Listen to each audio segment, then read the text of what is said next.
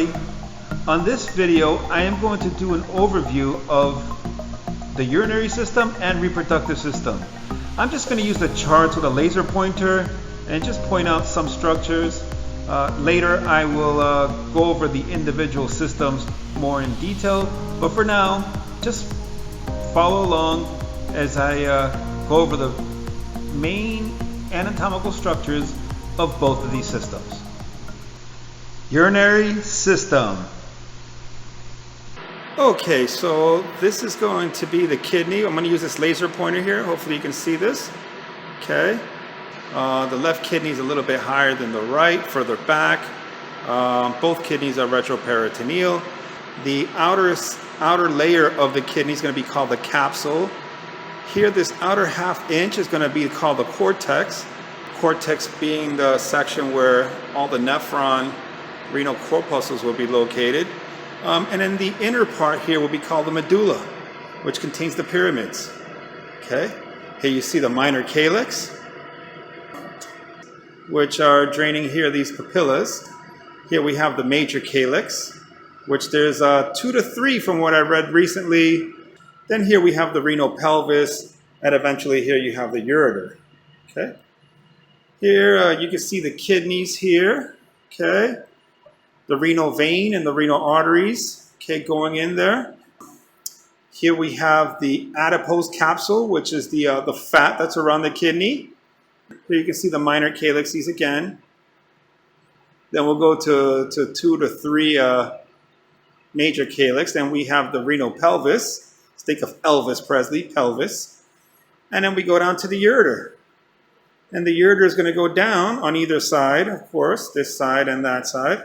And it's going to go into this thing here called the urinary bladder. Okay, and the urinary bladder is going to store the urine.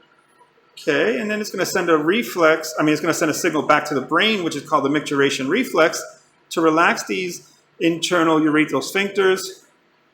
And external urethral sphincters you can do on your own because it's voluntary. Internal is not voluntary. You're going to go no matter what. And it's going to go down here in the case of the male here, the penile urethra. And then out eventually to the orifice. So that's pretty much an overview of the kidney. Maybe the hilus is the opening immediately to the lungs, to the kidneys. And here you see the renal artery and the renal vein. What we can do is maybe go into these tubes here, the nephron. If you look back here, they just magnify this whole thing right here, which is pretty much called the renal lobe. The renal lobe is the medulla with the cortex. Here's the medulla, and the cortex is out here. And the cortex is going to be made up of these structures called nephrons. Okay, so we have a nephron, which is made up of the renal corpuscle, which is this structure. Well, let's look at it here, renal corpuscle. The renal corpuscle along with these convoluted tubules. Okay, so let's see if we can see one that's a little bit clearer here. Okay, so here we have the renal corpuscle. Here's the proximal convoluted tubule. If you follow it, it goes down the descending loop of Henle. Then we go up the ascending loop of Henle, which is this lighter orange. Then we go to the distal convoluted tubule, and that is going to be part of the nephron. And there's 1 million nephron per kidney. So after the distal convoluted tubule, you go to a collecting tubule, then to the collecting duct. And the collecting duct will lead here to the renal papilla. As you can see here, there's a little drip of urine going into the minor calyx. Okay, and then the minor calyx goes to the major, to the renal pelvis, to the ureters, as you can see here, down to the bladder, and eventually to the penile urethra, and then out. All right, so that's pretty much it for the urinary system. We'll just stop here, and then I'll do the charts now with the reproductive, with male and female. Reproductive system. Okay, so again, just follow this pointer here, this laser pointer. What I'll do is I'll go over the males in both of these charts, which are the top half of the charts, and then I'll do the females in the bottom half of the chart. I'm not going to go too much into detail, just enough to get you started, okay? Male reproductive system. So let's start first where the sperm is produced. It's produced inside the testes, which you can see here. You can see here, here. Okay. So the testes are going to produce the sperm. It's going to produce it in a bunch of these little tiny ducts, which are called seminiferous tubules. And the seminiferous tubules will take that sperm, take it to the rete testes, to the efferent ductules, then eventually here to the epididymis. From the epididymis, the sperm is going to go up, the vas deferens. Okay. So the vas deferens would be here on this model, this diagram. And here you can see the vas deferens barely. You can't see it at all, but you can see it continuing up here. Okay. So the vas deferens is going to take the sperm from the testes sperm. Also, this part right here, which contains the vas deferens, the testicular artery and veins, and the dartos muscle, okay, that is called a spermatic cord. Okay. All right, so let's go from, and over here, back here, you can see, this is from the back side of the male, and here you can see the vas deferens coming down. Okay, so here you see the vas deferens right there, it's coming down. And then the vas deferens is going to end at this structure here called the ampulla vas deferens. And the sperm waits there like a horse in a stable. It waits there because these glands right here, this is called the seminal vesicles. Seminal vesicles are going to secrete fructose, and it's going to activate the tail of the sperm. Here you can see the seminal vesicle right there, a seminal gland. Okay.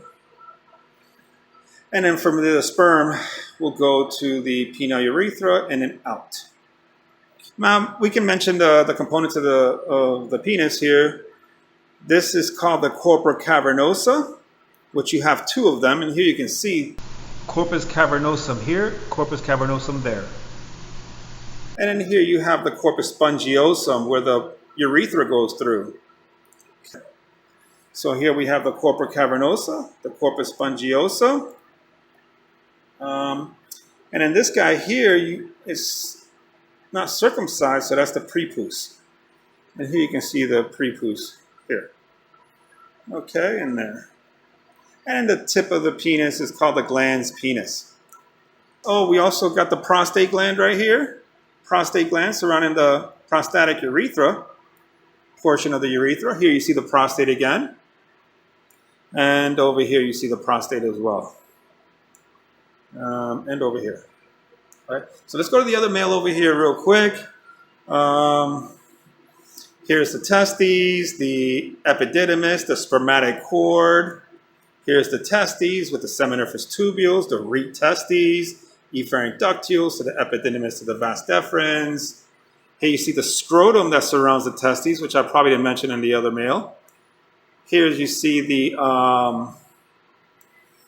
epididymis go into the spermatic cord, to the and then the vas deferens comes out of that spermatic cord. Here you see the seminal gland, which produces semen or fructose. Here you see the prostate. This guy's uncircumcised. There's the prepuce.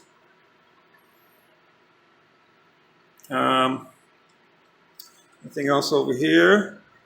Okay, vas deferens again.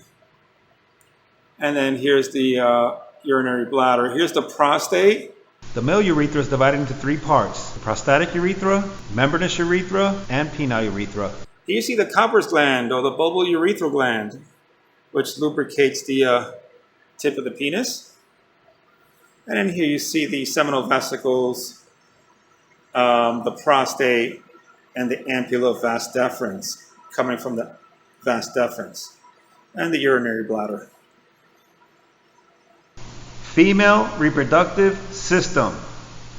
Let's do the female next. I just finished doing the male, the top two halves here for this one and that one.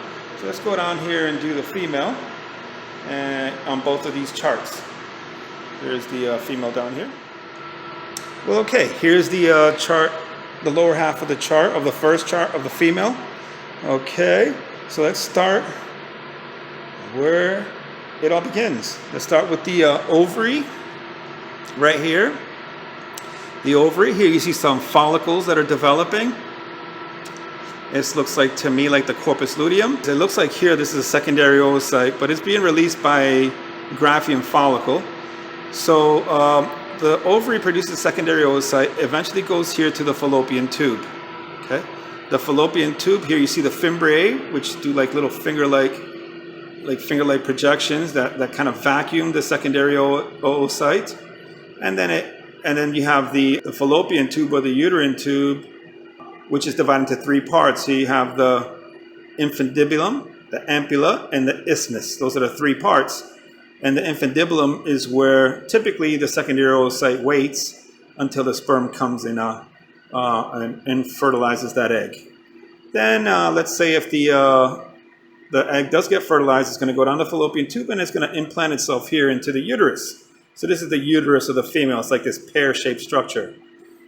Right here, you can see the little baby developing inside the uterus after a couple weeks.